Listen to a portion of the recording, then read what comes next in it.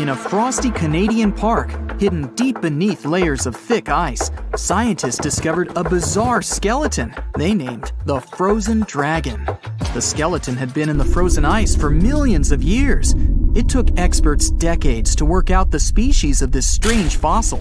It was identified as a new genus of pterosaur. Pterosaurs were massive flying reptiles with wingspans of over 16 feet. Their heads were 3.5 times the size of their bodies. Pterosaurs lived 76 million years ago when they soared above the dinosaurs. Scientists described them as the biggest, meanest, and most bizarre animals that ever flew. The new genus has been named Cryodragon boreas, which translates to Frozen Dragon of the North Winds. In 2013, a young mountaineer was climbing one of the tallest mountains in Western Europe, Mont Blanc. He noticed a strange metal box poking out of the snow. The mountaineer pried the box open and found that it was filled with precious rubies, emeralds, and sapphires. The climber immediately handed the box to the authorities.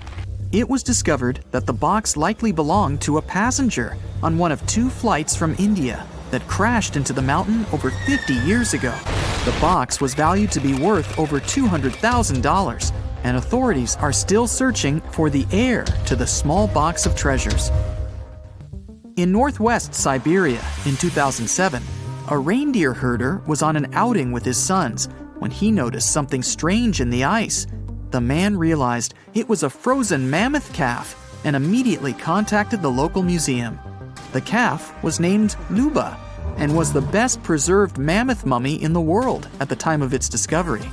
Luba had been in the ice for 41,800 years and is around 30 to 35 days old. From trunk to tail, the mammoth calf is roughly the same size as a large calf. If you're interested in seeing for yourself, Luba travels to museums all around the world.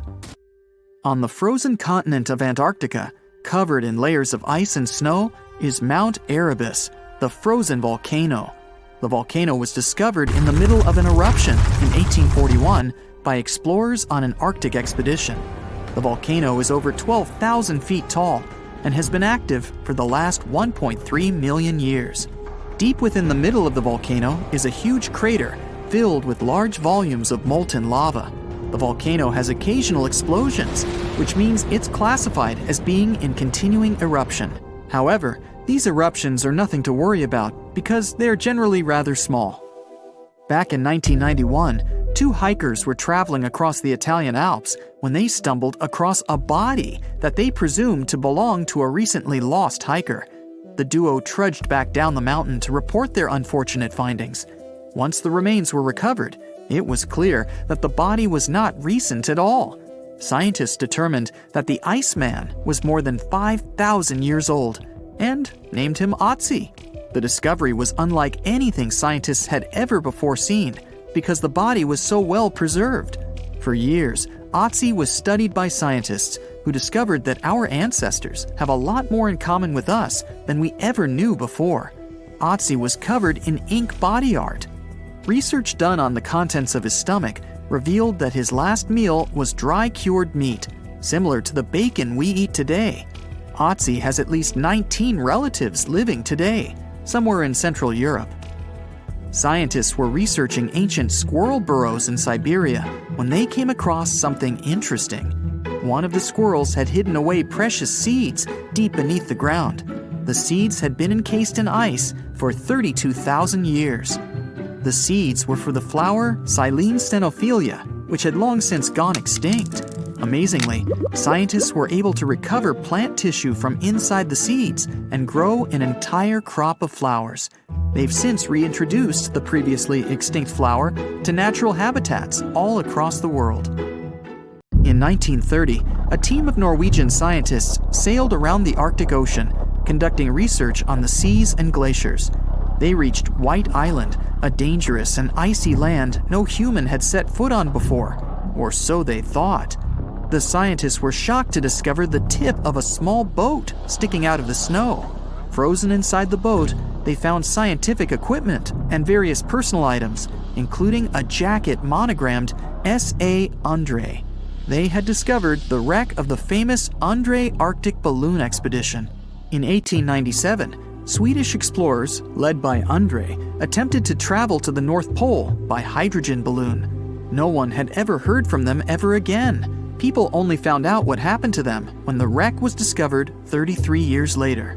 It turns out that the balloon had crashed on White Island only 2 days after departing from Sweden. The explorers traveled along the island on a small makeshift boat, but were unable to make it any further. The best preserved woolly mammoth ever found was discovered in an area of permafrost in Siberia in 2010. Scientists named the frozen mammoth Yucca, after the small village near where it was found. Yucca had been frozen for 39,000 years and is thought to have been around 6 to 8 years old. Because Yucca is so well preserved, it has been studied for years and provided new information about mammoths. In 2019, scientists reported that they were able to activate cells taken from Yucca's tissue. Maybe one day we'll have woolly mammoths roaming the land. From looking at pictures and videos of Antarctica, the continent appears to be freezing cold, covered in snow, and flat, except for a few small hills. Scientists believe that too. When studying the Gomburtsev Mountains in the early 2000s, they were shocked to discover that the small rocky hills were actually the peak of a gigantic mountain formation under a mile of snow.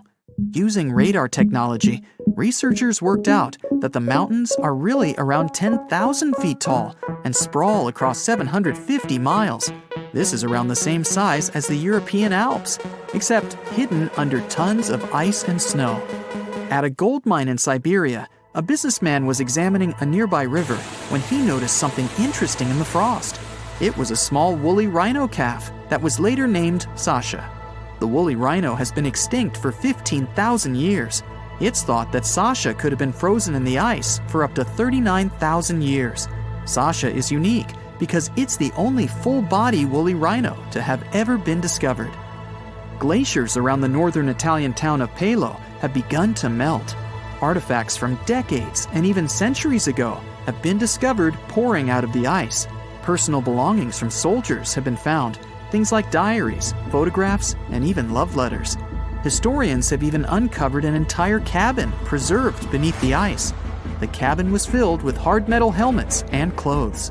In 1845, Sir John Franklin embarked on an ill-fated expedition to the North Pole. The crew traveled on 2 ships, HMS Erebus and the ironically named HMS Terror. The expedition met with disaster, and both ships were lost to the icy waters. In 2016, the HMS Terror was discovered by a team of researchers. Despite being lost for 170 years, the freezing cold waters had maintained the ship in pristine condition. Scientists described the ship as frozen in time. Dinner plates and glasses were still on shelves, beds and desks were still in order, and even the passengers' luggage appeared to be in good condition. The HMS Erebus was also discovered nearby, but due to changing water conditions, the ship wasn't in great shape. The glacial ice surrounding a mountain passageway in Norway that was notoriously used by the Vikings has revealed hundreds of ancient artifacts. One of these artifacts was a giant unopened wooden box that was welded together. Researchers were beside themselves with anticipation, waiting to open this box. They believed it would be filled with Viking treasures or artifacts that would give us an insight into ancient society. When they opened the box, all that was inside was a plain old beeswax candle. It turns out that this box wasn't actually as old as they thought it was. By analyzing the candle, they discovered that the box dates back to the 17th century. The age of the Vikings had ended by the 11th century. It's likely that the candle box belonged to a farmer who was shipping it from his summer farm to his winter farm to light up the long nights. In the past 30 years, scientists have made an incredible discovery of a new creature living deep beneath the surface of the ocean, and the name of the creature is the harp sponge. Now, if you're wondering why it took so long to come across this animal, then I might have the answer. These creatures typically hang out at a depth of roughly 11,100 feet beneath the ocean's waves. The sponge species was first discovered off the coast of California thanks to a robot that was sturdy enough to explore those crazy depths the ocean has to offer. This is no doubt an area of the planet where even the most benign-looking creatures can be potentially dangerous. But even scientists were surprised to find that this creature was more than just a sponge. Now, this might seem obvious, but the harp sponge got its name because its basic structure, referred to as a vein, is the same shape as a harp. Each vein is made up of a horizontal branch supporting several parallel vertical branches. But don't let the harp sponge's fanciful and amusing appearance or its non-intimidating name fool you. Yeah, the harp sponge is very much a deep-sea hunter. It has a unique ability to capture and envelop small animals using its rhizoids, short, thin fibers. With their help, the harp sponge clings on to the soft, muddy bottom and catches tiny creatures that get swept into its branches by deep-sea currents. Uh-oh. Other sponge creatures often feed by pulling bacteria and bits of organic matter from the seawater and filtering them through their bodies. But not our harp sponge. Instead, it snatches its future meal with minuscule barbed hooks that cover each of the harp sponge's branches. Now, harp sponges prefer tiny crustaceans like crabs, crayfish, shrimps, and prawns. Once the harp sponge has one of them in its clutches, it envelops the animal in a thin membrane before slowly beginning to digest it. So, pal, what's eating you? Oh, Harpo? Too bad. Researchers believe that harp sponges use this method of feeding because there aren't enough nutrients that deep down. This makes traditional filter feeding less effective. Research has shown that the creature is still in the process of evolving. Early harp sponges, researchers found, only had 2 veins, but later, scientists discovered other harp sponges that had 6 veins. The harp sponge might have evolved this elaborate candle holder-like structure to increase its surface area. In general, harp sponges typically grow up to a length of 1 foot, but researchers have seen a creature that was 2 feet in length. The harp sponge is not only very unusual, but also beautiful to look at. See those tiny white balls on top of the branches? Now, why don't we look at some other creatures that live below the photic zone of Earth's oceans? The photic zone means the area beneath the ocean's surface that still receives some sunlight. Thanks to this, there are loads of different creatures and organisms living there. Any animal living beyond this layer qualifies as a deep-sea creature. The Tomopterus worm is a segmented worm you can find in the twilight zone of the ocean. This is the area that lies between 650 and 3,300 feet beneath the surface. These creatures are often no more than 1 inch long, but the largest of them can grow up to 1 foot. While swimming around and feeding, these worms do what researchers describe as an amazing smooth dance. That's because the creatures can swim extremely quickly and maneuver at tight angles with ease. Now, I know most people hear the word worm and think of the common earthworm, so it's quite interesting to know there's a deep-sea worm out there that never leaves the water during its entire life. Similarly, most of us try to avoid jellyfish that either rest on the sand or sit on top of the ocean waves. This isn't the case with a Chrysota jelly. That's a deep-sea creature too. This beautiful jellyfish is mostly ruby red, bright orange, or electric purple. That's what helped researchers realize they had found a new species of jellyfish. The creature grows to a maximum size of 1 inch across. It has tentacles that stretch out in every direction. Now, if you come close to this jellyfish, it'll pull all these tentacles in toward its body before rapidly swimming away to avoid danger. Yes, you are dangerous. The Chrysota jelly is extremely rare. You won't see it very often. You might need to borrow that deep-sea diving robot I mentioned earlier.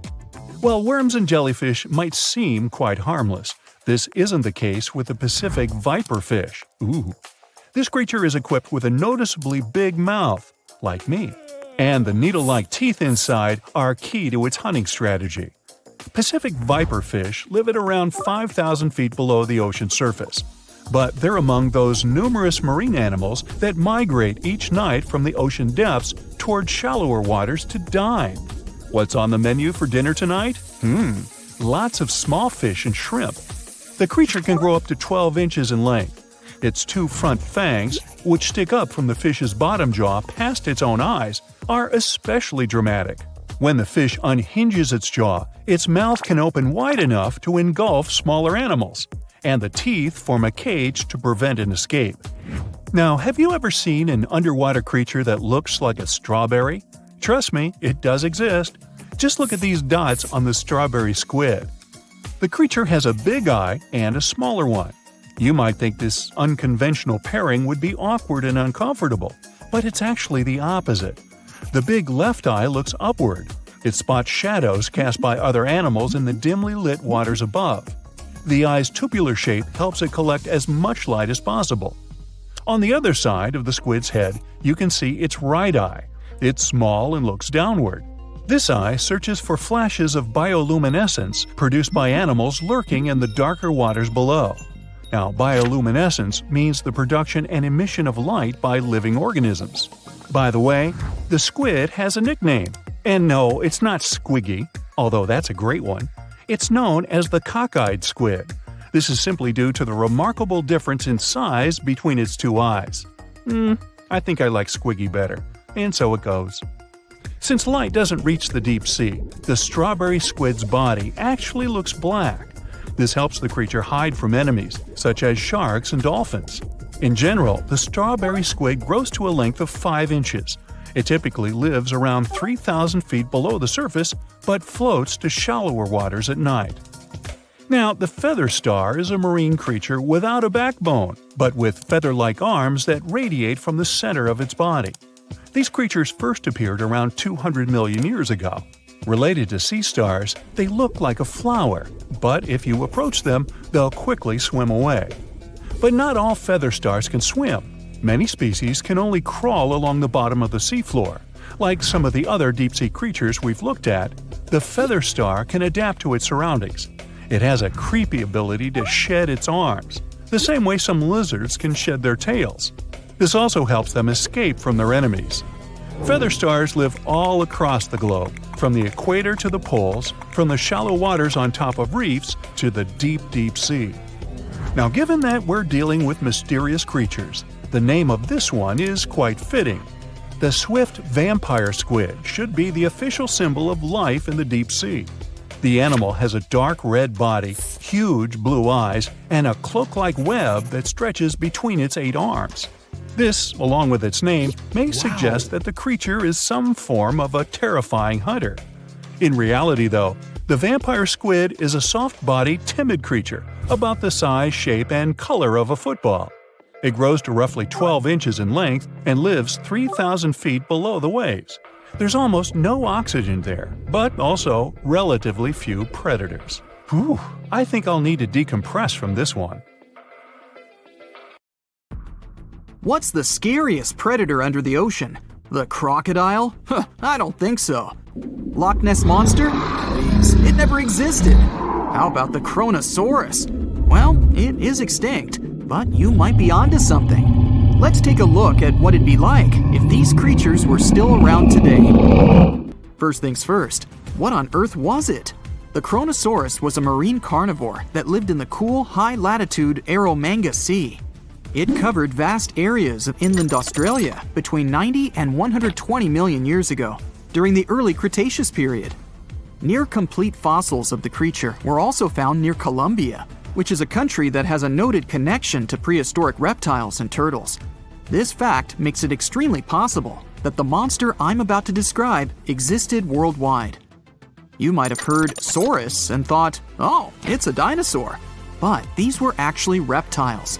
They were the largest member of the Plesiosauridae family, referred to as plesiosaurs. Fossil evidence suggests they weighed over 20,000 pounds and were roughly 30 feet in length.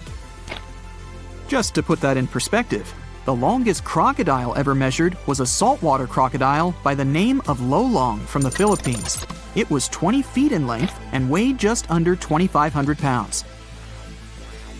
And that's still 10 feet shorter and incredibly lighter than the average Kronosaurus, making the crocodile seem like nothing more than a glorified goldfish in comparison.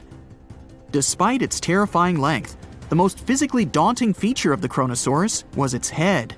Its skull was about 8 feet long, which was actually proportionally large given the size of its body length. Anything that was unfortunate enough to end up inside the Kronosaurus's mouth may have been given false hope. After all, the teeth of the beast weren't actually that sharp. On second thought, I take that back. I wouldn't feel confident around a toothless snake, let alone being inside the mouth of this monster. But it's true that the Kronosaurus's teeth weren't sharp, especially when compared to other carnivorous reptiles, such as crocodiles and alligators. The teeth of this prehistoric sea creature were instead conical. This means that they were cone-like in shape. Unfortunately, this lack of sharpness didn't make them less dangerous.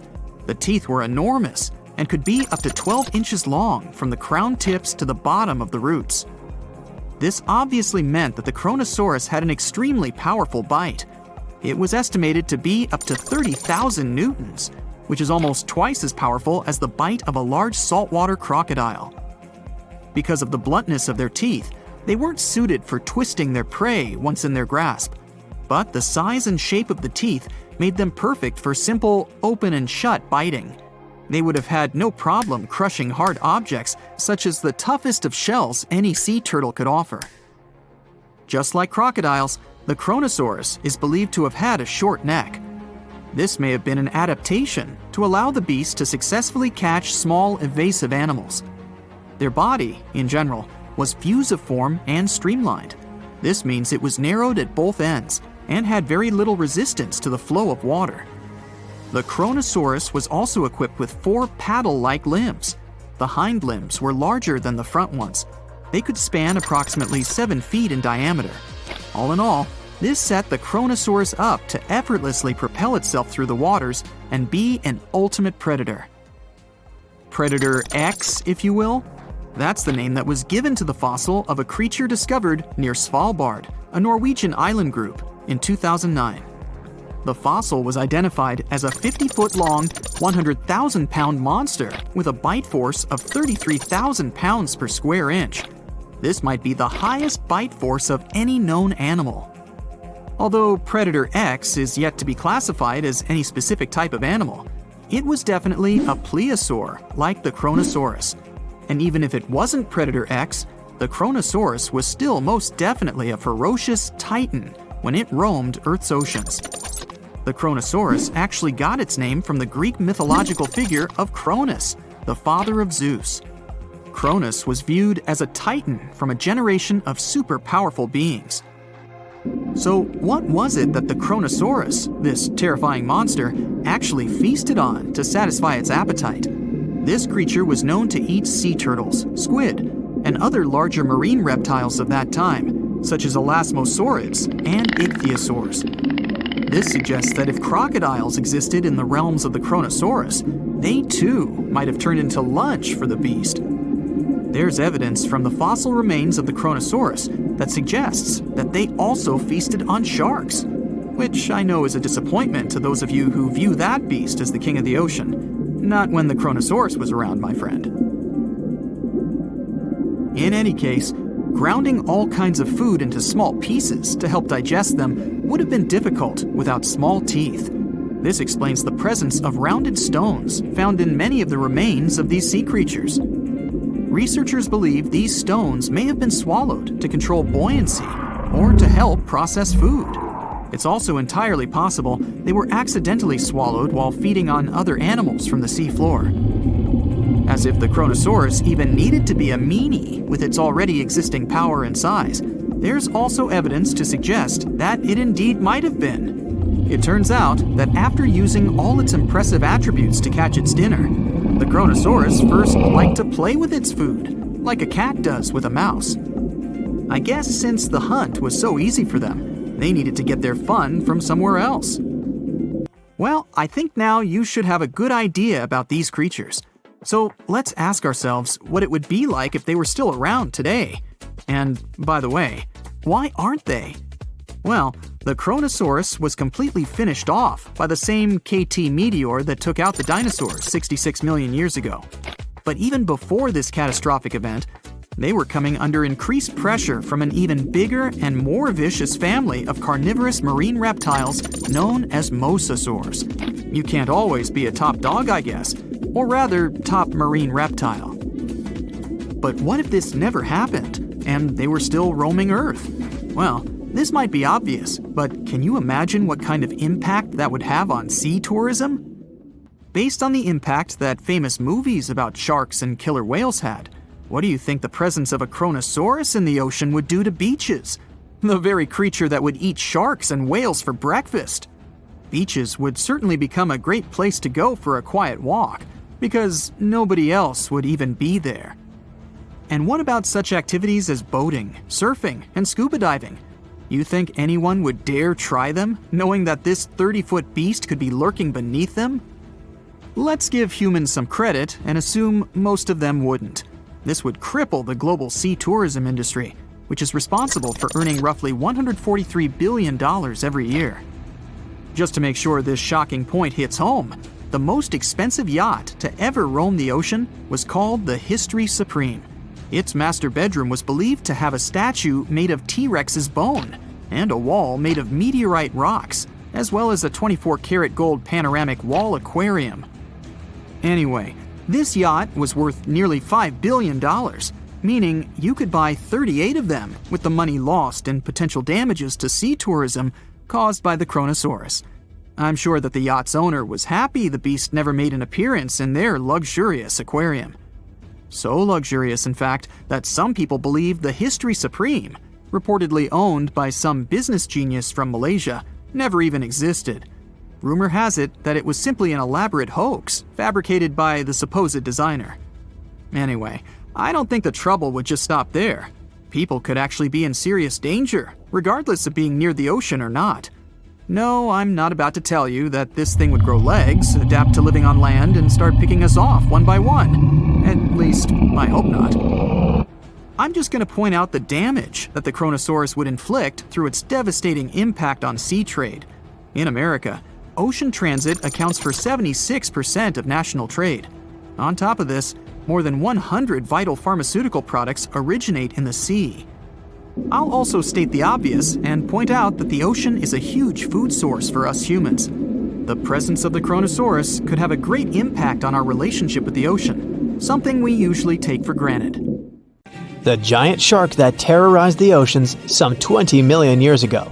For 13 million years, this 60-ton beast dominated the warm waters of our planet. Though, some believe that the Meg still lives in the most remote and deepest parts of the ocean. It's a hot summer day. It seems only logical to go for a swim in the sea. You're floating on your back, completely relaxed. Your eyes are closed. Your breath is even. Water's pleasantly cool around your body. A light breeze touches your face. You feel calm enough to doze off. Suddenly, something bumps into your leg. Yanked out of your half-slumber, you begin to flail until you're face-to-face with the invisible danger.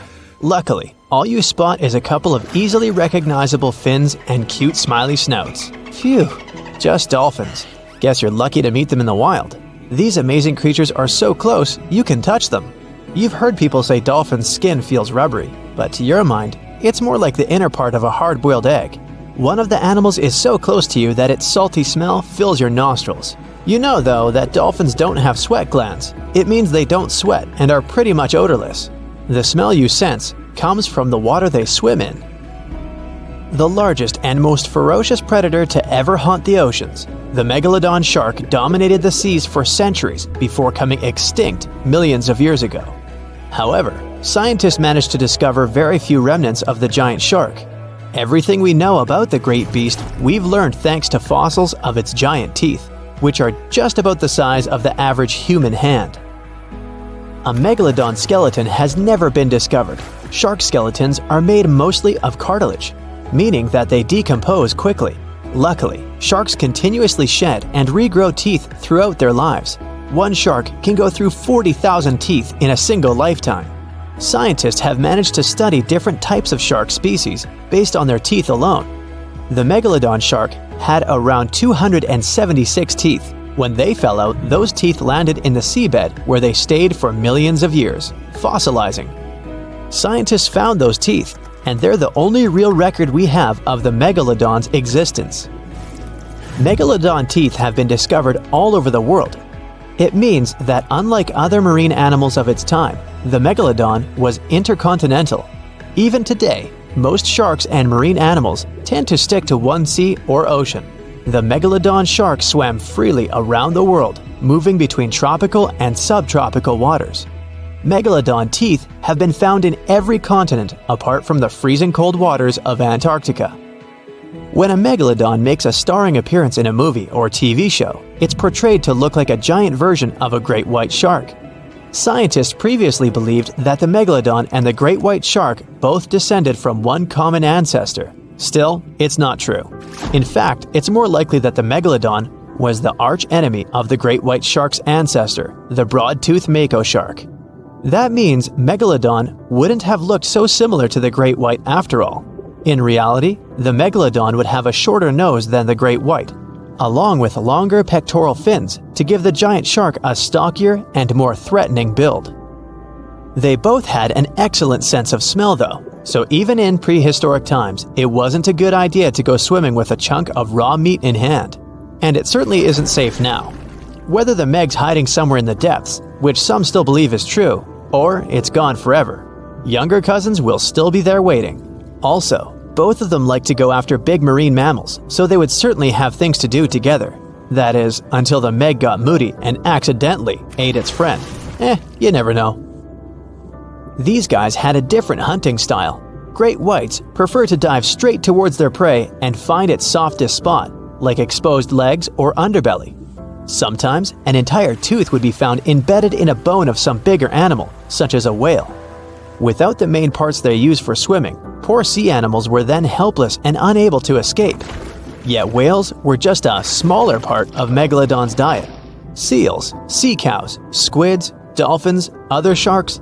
The good old Meg probably wouldn't say no to some random school of smaller fish swimming into its mouth either. Nothing better than a good snack after a big tasty dinner. Even those giant turtles weren't safe with their thick shells. The Meg probably took them as a dare challenge on a daily basis. Scientists have used computer simulations to try and work out the hunting style of the ancient shark. Using this technology, scientists have discovered that the megalodon's attack style was very different from that of modern-day sharks. Modern sharks dive straight for their prey's most vulnerable spot, for example, the soft underbelly of a seal. The megalodon's teeth were uniquely suited to biting through tougher areas of cartilage.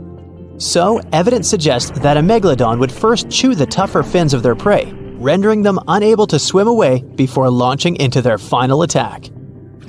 Some people believe that the megalodon is still alive today, lurking at the depths of the ocean's waters. But it's unlikely to be true.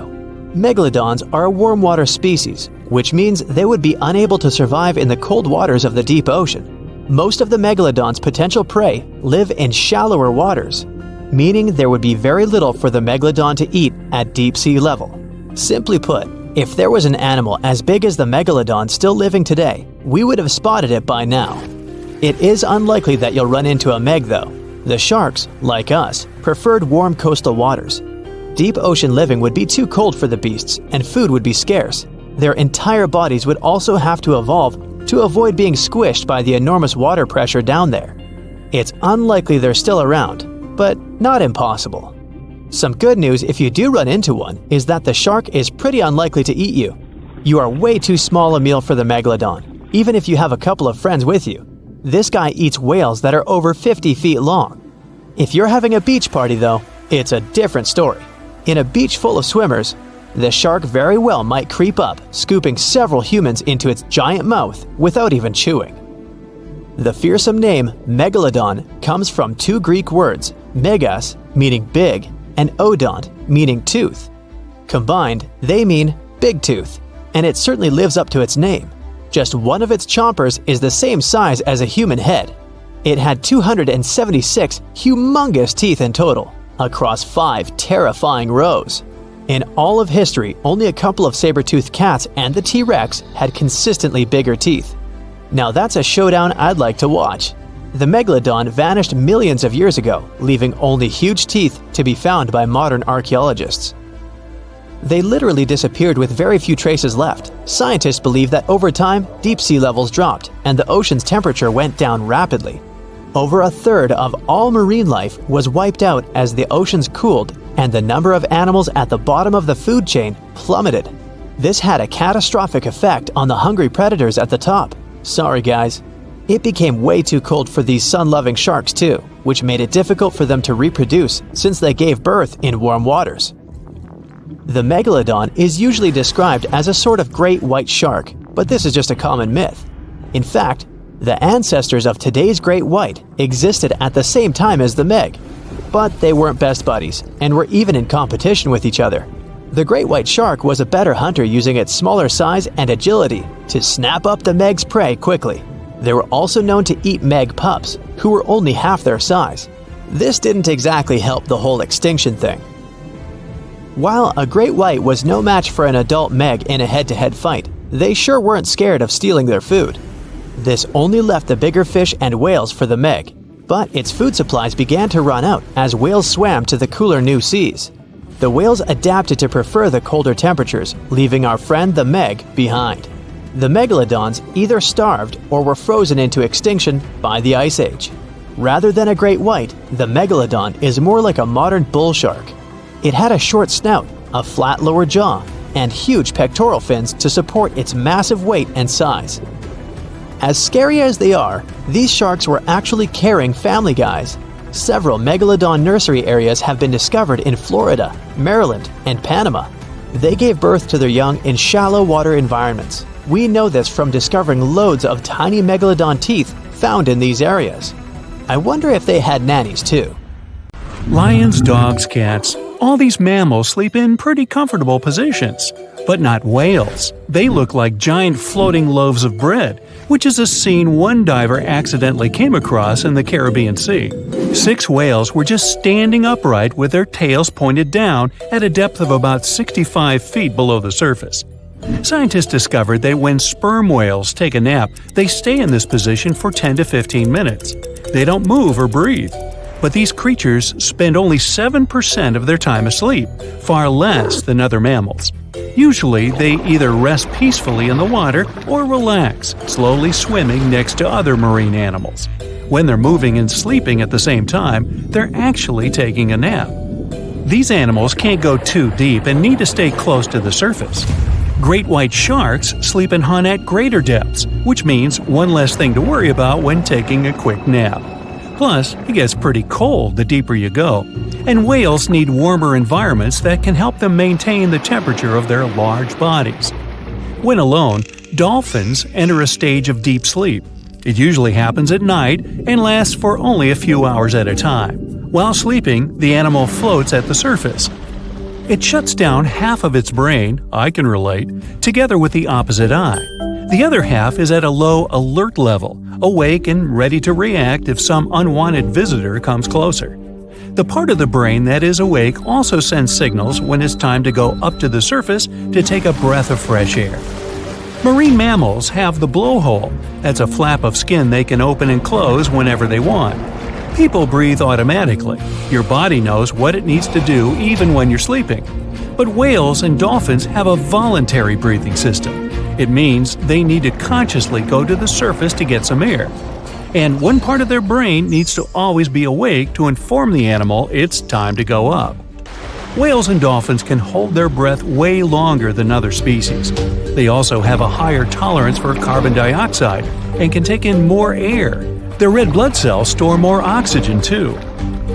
Whales and dolphins' blood goes only to those body parts that really need oxygen.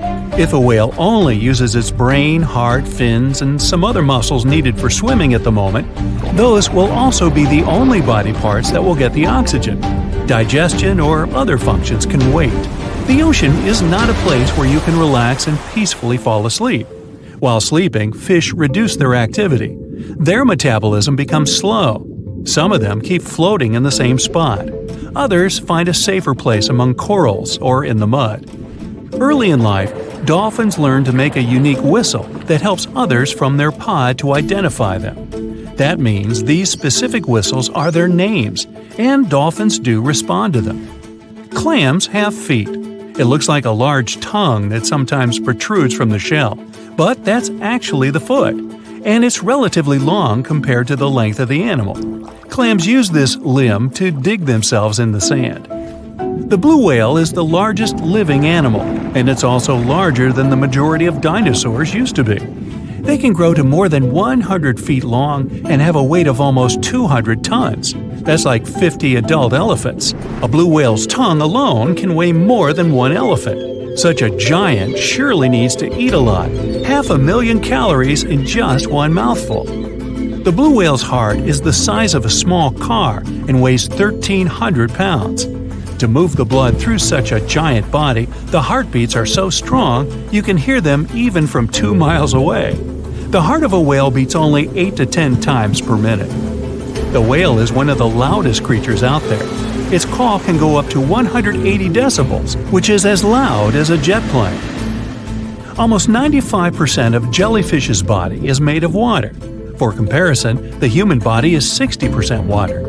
It's probably not a surprise since jellyfish don't have a heart, blood, eyes, or brain. The other 5% of their body weight is proteins, muscles, and nerve cells. Jellyfish have been around for more than 500 million years. This makes them older than dinosaurs. These creatures haven't changed much, and today's jellyfish are pretty much like their ancestors.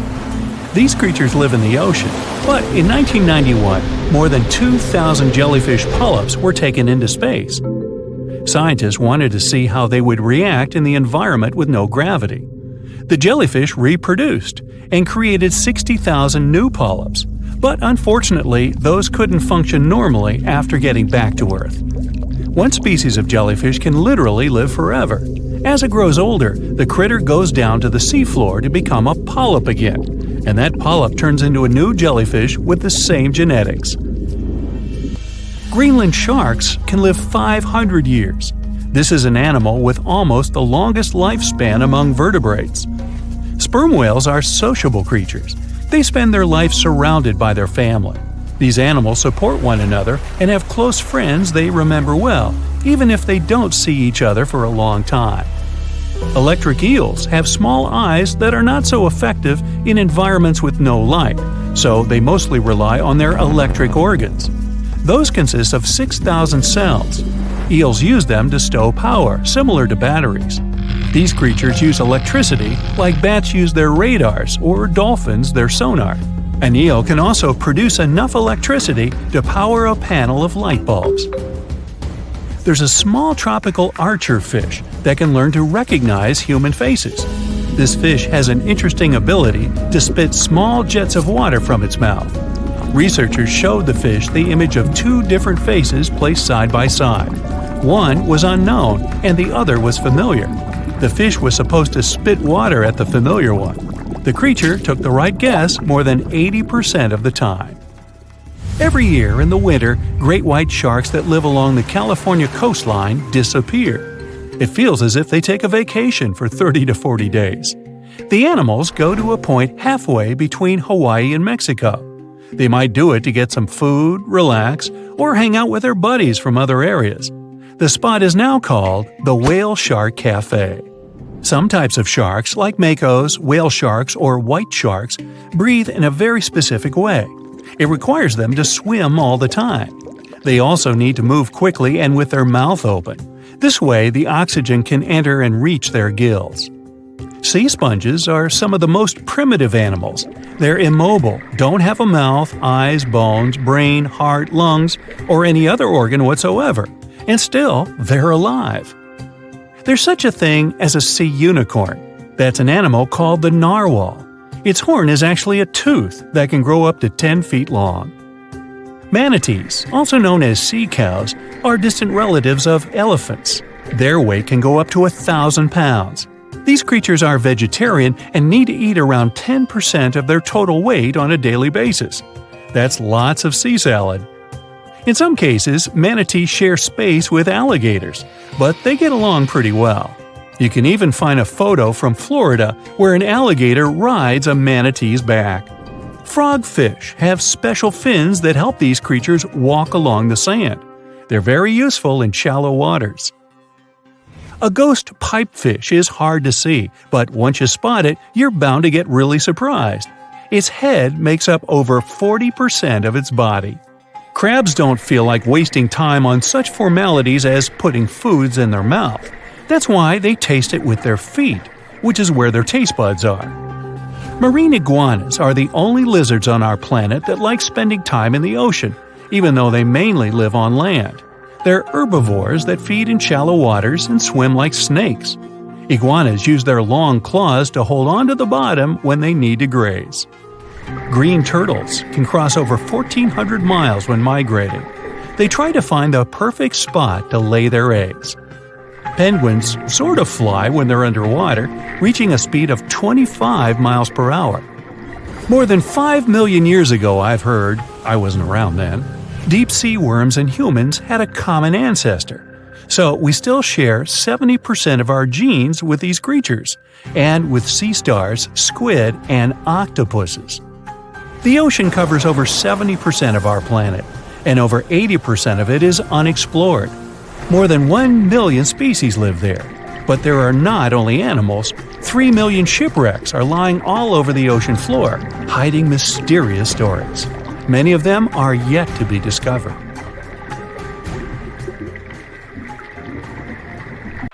Tonight, the biggest and fiercest shark in history will face the blue, a mysterious creature from the ocean depths. The fight takes place far out at sea, so people are not in danger. But if Megalodon loses, the life of all mankind may be at risk. But first, let's get to know our opponents better. Megalodon was an ancient marine predator, a giant shark feared by all aquatic life for millions of years. Megalodon had no competitors in the oceans. It was at the top of the food chain. Current sea inhabitants don't even realize how lucky they are, because this monster went extinct about 3 million years ago. Although people can't know for sure if it's really gone. The ocean is only 5% explored. It's possible that somewhere in the depths, Megalodon still terrifies all the fish. And today, the colossal shark will fight against a worthy opponent, the blue. Technically, that's just the name of the sound that oceanographers recorded in 1997. The creature that made it could be called a sea monster, a kraken, a beast from the deep. No one knows how it looks, but we can guess its size. This ultra-low frequency bloop was so powerful that it could be heard by special sensors 3,000 miles away. If you were in New York, you could listen to the sound from Los Angeles. But the sound was deep underwater, where the audibility is actually much worse. A creature that can make such a sound could be dozens of times bigger than a blue whale, the largest animal living in the world. Interestingly, the source of the sound is located near the most remote place on Earth, Point Nemo. It's located more than 1,000 miles off the coast of the 3 nearest islands. This place is one of the most poorly studied on our planet. Point Nemo is used by many companies as a space garbage dump because of the long distance from land. Every year, satellites fall there. But the worst thing is that the coordinates of the fictional ancient city of R'lyeh are near Point Nemo. That city was described in the books of author H.P. Lovecraft. Among the ruins of R'lyeh, the monster Cthulhu lives. Yeah, it sounds nothing like it looks. Hey, neither do I. Hey, Cthulhu, buy a vowel, will ya? Man, it's like a cat walked across the keyboard and there's your name. This is an entirely fictional creature, but many people think it could be the source of the bloop. The chances of the Megalodon winning are small because Cthulhu is a demigod. It has arms and legs, wings, and a head resembling a colossal octopus or clam with dozens of long tentacles. It's impossible to determine Cthulhu's size, but if you believe the records of writers and drawings, its size can reach up to 300 feet in height. The Megalodon is 5 times smaller at about 60 feet, or slightly less than 1 subway car. Ooh, a nice lunch for a monster shark. The shark weighs about 100 tons, like 2 tanks. The weight of Cthulhu is also unknown, but we can say with confidence that it can easily lift 2 tanks with its hands. But Cthulhu can change its size and shape at will. It can be anybody from the size of a human to the extent of a continent. Also, Cthulhu can spawn any number of limbs. But let's not stray too far into fantasy. Otherwise, Megalodon won't stand a chance to win. Let's say Cthulhu has a constant size. So, in size, Megalodon loses to its opponent. Cthulhu is an ancient wise being that is more than 1 million years old. It has secret knowledge and telepathy. Megalodon is primarily an animal that simply follows its instincts. One of the main advantages of any match is intelligence, so Cthulhu wins against the giant shark again. Lovecraft described Cthulhu sleeping for many millennia and waiting to awaken to start an apocalypse. Therefore, all people in the world are interested in a Megalodon victory. To support the shark, people send their ships to help. It's a bit unfair, but even now, Cthulhu wins. The monster can control people telepathically. It gives an order to every sailor's brain, and all the ships sail away from the battlefield. Oh, by the way, do you know what sea monsters prefer for lunch? Fish and ships! An oldie but a goodie. Meanwhile, as Cthulhu is distracted by the ships, Megalodon has a chance. There are two things in which the shark is superior to a demigod. The first is speed. Megalodon doesn't swim very fast, about 11 miles per hour. Athletes can run faster. But for giant Cthulhu, this is fast. Megalodon can maneuver around the green monster, and thanks to its smooth skin, slip out of the demigod's clutches. Megalodon swims behind Cthulhu and uses its second advantage, Jaws. The bite of a Megalodon is considered one of the strongest among all creatures that have ever existed on Earth. Its bite force can reach up to 20 tons, 6 times stronger than a Tyrannosaurus, 60 times more powerful than an African lion's bite, and 600 times more powerful than mine. Megalodon bites its prey armed with 300 teeth. Each one is razor sharp and the size of an adult's palm. Such a jaw becomes an advantage in the fight against the bloop. One Megalodon's bite is enough to injure Cthulhu seriously. But of course, this isn't enough to defeat a demigod. Thanks to its speed, the Megalodon can inflict many attacks, but sooner or later, Cthulhu will manage to catch the shark. Cthulhu uses tentacles to grab its opponent. Megalodon is trapped and can't move. The bloop is going to pull the shark out of the water.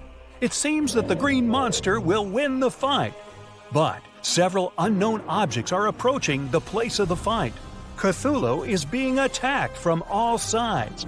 The green monster is unique, it's one of a kind, but the Megalodon has offspring. Many sharks from all over the ocean swim to help their relatives. Now the sides are equal. Cthulhu again uses telepathy to summon people to help. Hundreds of ships sail to the fight location. It orders them to open fire on the enemies. Dozens of sharks quickly swim around Cthulhu. It's impossible to hit them and not injure the green monster. Cthulhu loses by its own mistake. It cancels the telepathic order and decides to deal with the shark squad alone. Cthulhu uses its tentacles to catch each shark one by one. But the sharks work great as a team. Once one shark is captured, the others bite the tentacle and help it escape. All Cthulhu attacks fail. It needs time to think of a new strategy. But where to retreat when there are a lot of enemies everywhere? To go back to the ancient city is to admit defeat. Cthulhu has an idea. It opens its wings and makes a single wave that, like a blast, throws all the sharks aside. The monster floats to the surface. Another wave and tsunami forms in the ocean. Cthulhu rises to the air. Black clouds accumulate, thunder rumbles, lightning strikes everywhere, and a downpour begins. Cthulhu is in the sky, directly over a group of megalodons. It has taken a short break. And now the green monster is ready for another attack. A shrill whistle sounds above Cthulhu. A satellite's falling, cutting through the storm clouds. Then another one. Cthulhu is not prepared for an attack of space debris. It dives into the water and retreats once more into the ruins of the ancient city. Megalodon wins with the last of its strength. Fortunately, such a fight will never happen. Megalodon went extinct millions of years ago. There is 0.01% chance that this shark species is still alive. This is excellent news for Megalodon fans, though. You can find a million-year-old tooth of this creature in places all over the world where people gather to hunt this artifact. Professionals and tourists sell found teeth for a lot of money or keep them as a souvenir. As for the bloop, you can play the recording on the internet and learned that this is not Cthulhu or some kind of sea monster. The National Oceanic and Atmospheric Administration, NOAA, confirmed that the bloop is actually the sound of ice. When large icebergs crack and collapse, they generate powerful ultra-low frequency sounds. There are many records of famous ice earthquakes that had similarities to the bloop. When the water in all the oceans becomes transparent, the world will change forever. In a few years, people will discover thousands of new sea creatures that were previously unknown. Simultaneously, the planet will lose hundreds of thousands of fish and mammal species too. The cycle of life on Earth will be interrupted, and humanity will face natural disasters and famine. The beginning will be incredible. Imagine you're sailing on an expensive liner somewhere in the Atlantic Ocean. Suddenly, you hear screams. All the shocked passengers come to the edge of the deck and watch an incredible picture. The ship seems to be floating high in the sky. Under it, the water is completely transparent. You see volcanic sea mountains and coral reefs of different colors and shades. The bottom is thousands of feet from the surface, so it feels like the ship is floating high above the ground. Only the fish swimming in this sky let us know that the boat is still on the water. The ocean is about 5% explored. In just a year, this number has increased to 70%. Humanity uses powerful telescopes to study space. Now, when the water is transparent, all the scientists turn their telescopes toward the seafloor. Every day, people discover a new kind of fantastic sea creature. Many of them look pretty scary. A colossal octopus, transparent clams, ugly toothy fish, sea spiders, rainbow jellyfishes. The Mariana Trench can now be fully explored. If there is a kraken, a megalodon, or any other sea monsters in the world, people will soon know about them. Relaxing on the beach is growing more popular than ever, but swimming in the water is a little frightening now. Imagine you're sailing on a yacht in the open sea. You decide to jump from the deck into the water to cool off. You feel dizzy because of the height you see below you. Also, you notice a huge squid the size of a house in the depths. It's unlikely it will swim to you because it's so far away, but you still get creeped out. When planes fly over the ocean, it seems as if they are twice as high in the sky. Skydiving over the water is becoming a popular sport. The average altitude of a skydive is 10,000 feet, but if you jump over the ocean, you'll feel like you're falling from a height of 36,000 feet. It's like jumping out of space. Fishing has become more profitable because all fish are visible from the surface. Boats from afar notice a school of fish and catch it. Because of this visibility, many fishing companies have become more competitive. When two ships try to capture the same prey, a conflict occurs. The water in the ocean is divided into borders. Companies began to buy it as they would land. Fishermen started to hunt unknown creatures. Companies built expensive bathyscapes to capture the prey in the underwater depths. Because of this, rare species of dolphins, whales, sharks, and other sea creatures are on the verge of extinction. Governments in many countries spend small fortunes to fight poachers. All over the world, more and more people are becoming treasure hunters. If you fly a few miles in a helicopter over the ocean, you see that the seafloor is scattered with sunken ships. Old pirate ships of the past centuries, modern boats that were considered missing. Hundreds of divers swim to the seafloor to explore the ships. The treasures found there can be sold for thousands and millions of dollars. In addition to vessels, people find submerged ancient cities. New chapters of world history are open to scientists from all over the world.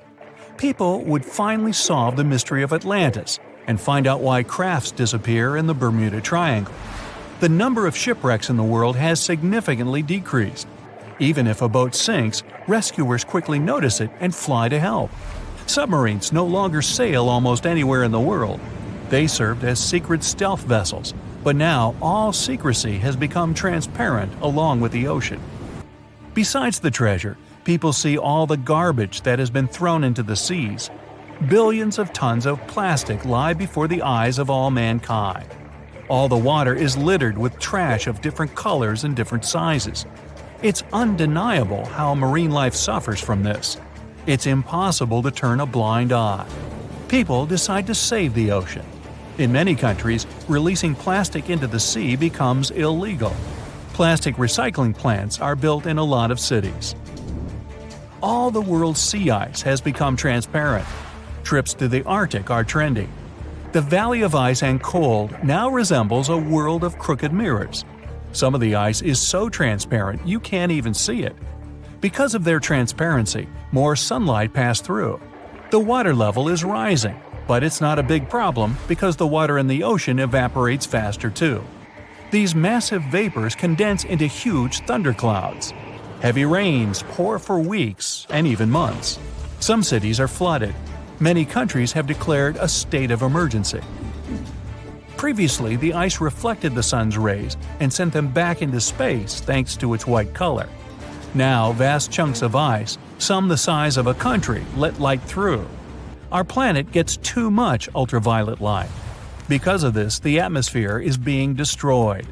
Every year, more and more solar radiation penetrates the Earth. This affects crops and increases the incidence of diseases among all living beings. And this is just the beginning of the problems. The ocean contains many microscopic substances needed for small organisms to live, such as phytoplankton and seaweed. They are food for larger creatures, krill. Life in Antarctica depends on krill. Fish, whales, and penguins feed on it. If they can't feed on krill, large predators won't feed on regular fish. The ocean is blue because of the salt and various small microorganisms, algae, and nutrient mud. As soon as the water became clear, it lost all its nutrients. Many fish and marine mammals are disappearing from our planet. Sunlight penetrates to the farthest depths of the ocean. The sea creatures that live there were not used to the light. New conditions adversely affect their lives. People discovered so many new species, but lost almost all of them just as quickly. Because of the sun, the water heats up more, and the amount of oxygen decreases. Fish are now not only hungry, but can't breathe. There is a worldwide shortage of fish. Cities that used to live off fishing are growing poorer. Animals, such as gulls, bears, seals, and many others, can't find food and are on the verge of extinction. In restaurants, fish becomes an expensive delicacy. People create artificial lakes and breed fish there, but this is not enough to save the planet. When the ocean was not transparent, the water evaporated and condensed in the sky, along with many nutrients. Rain clouds formed, and the wind drove them around the world. Now, jungles and rainforests feed on lifeless water. This affects the entire animal world. Trees and plants in the rainforest stop growing as they used to. Animals become sick more often. And because of prolonged heavy rains, nature is drowning. The circle of life is broken. Fortunately, this is unlikely to happen. The sea is enriched by the deserts. Every year, 2 billion tons of dust rises into the air. Most of this dust comes from the deserts. Then, 1/4 of this falls to the seas and oceans and becomes food for microorganisms. Therefore, the dust must disappear for the ocean to become transparent. But it's not just dust that's the only source of a nutrient-rich ocean. Tropical rains fall in the forest of the Amazon. This water, which is also filled with nutrients, evaporates and condenses into a cloud and pours into rivers, lakes, and oceans worldwide. This feeds algae. Plankton and krill feed on the algae, and larger fish eat plankton and krill. This circle of life shouldn't be broken, so it's essential to keep the oceans and seas clean.